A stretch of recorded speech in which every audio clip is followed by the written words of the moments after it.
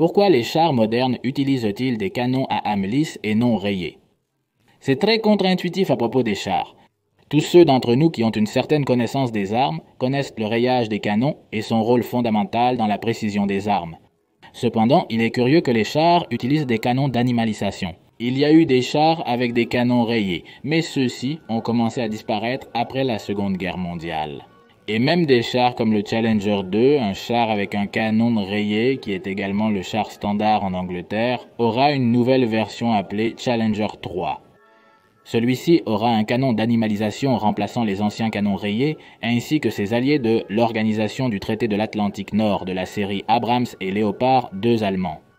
Et même les rivaux du Challenger 2, comme les versions de la série T russe, utilisent également des canons d'animalisation. Aujourd'hui, dans cette vidéo, nous essaierons de donner un sens à tout cela. Le rayage strié du canon, ou comme on l'appelle en anglais riffling, consiste à rayer l'âme pour laisser des sillons hélicoïdaux dans le canon. Cela fait qu'un projectile passant par le canon obtient un effet de rotation qui lui donne une grande précision et évite la tendance des projectiles à tourner à des angles indésirables.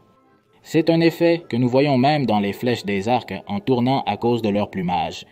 Lorsque les projectiles sont tirés sans rayures, ils ont tendance à se pencher à des angles qui font que les pointes ne vont pas vers l'avant, rendant les munitions inefficaces. Toutes les armes l'utilisent, à l'exception des mortiers et des fusils de chasse, disons à cause de leurs caractéristiques. Mais dans les chars, l'utilisation du rayage a changé au milieu du XXe siècle. Dans les années 60 sont apparus les blindages céramiques composites, des blindages qui annulaient presque tous les dégâts causés par les munitions perforantes conventionnelles, tout en étant très légers par rapport à leurs blindages prédécesseurs. Pour faire face à ces nouveaux blindages, les ingénieurs, au lieu de faire des canons plus grands, comme ils l'avaient toujours fait jusqu'à ce moment-là, ont décidé d'améliorer les munitions. Et c'est ainsi que dans les années 60 sont apparues des munitions comme les Sabot Armor Piercing Fin Stabilized Discarding, SABO, et les hauts explosifs HIT changeant le monde des chars et les mettant même au bord de l'obsolescence. Les munitions HIT ont été les premières à être développées. Ces munitions thermiques sont simples. Elles concentrent simplement l'explosion en un point central, lançant un jet de métal fondu qui pénètre les blindages denses. Ils ont été utilisés pour la première fois pendant la Seconde Guerre mondiale dans des armes anti-chars comme les Panzerfaust ou les Panzerschreck, et même les Allemands ont beaucoup expérimenté avec ce type de munitions. Mais dans ce cas tiré depuis des canons anti-chars, ces recherches étant closes car les munitions perforantes classiques étaient toujours très efficaces.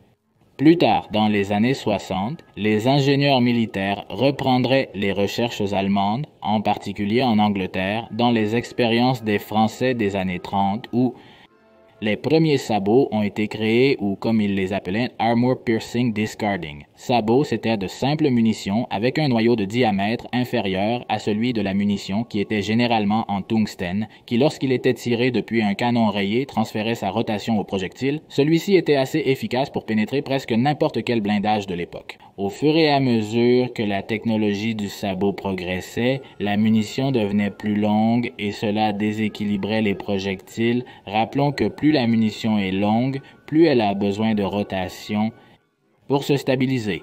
Les premiers sabots à ailettes sont apparus, très similaires aux flèches des arcs, qui, lorsqu'elles étaient tirées, se détachaient de la munition pour être stabilisées par l'air lui-même et non seulement par le rayage.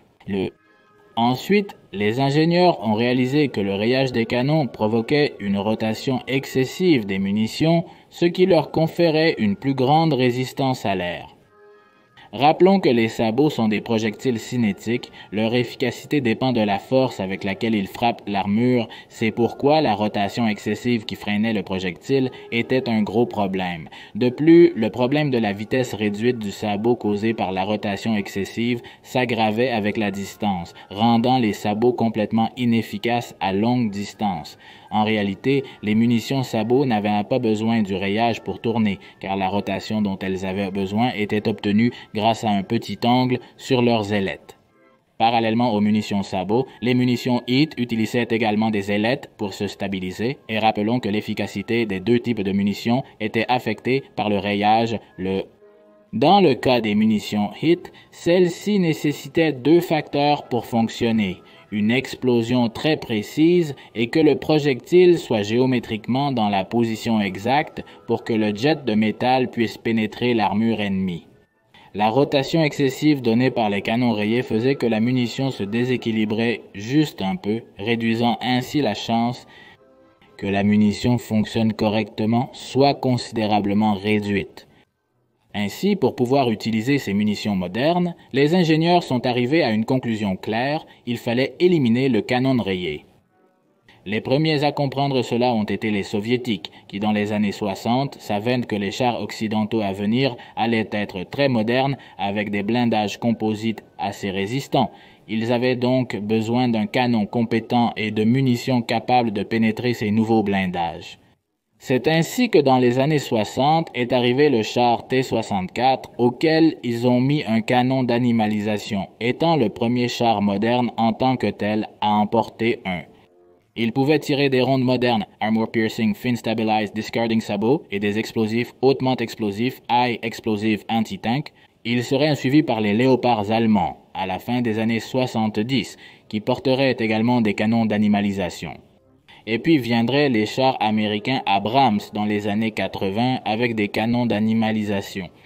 Pour finalement, à l'heure actuelle, les nouveaux Challenger 3 viendront avec des canons d'animalisation puisque la série Challenger a été celle qui a le plus résisté à porter des canons d'animalisation.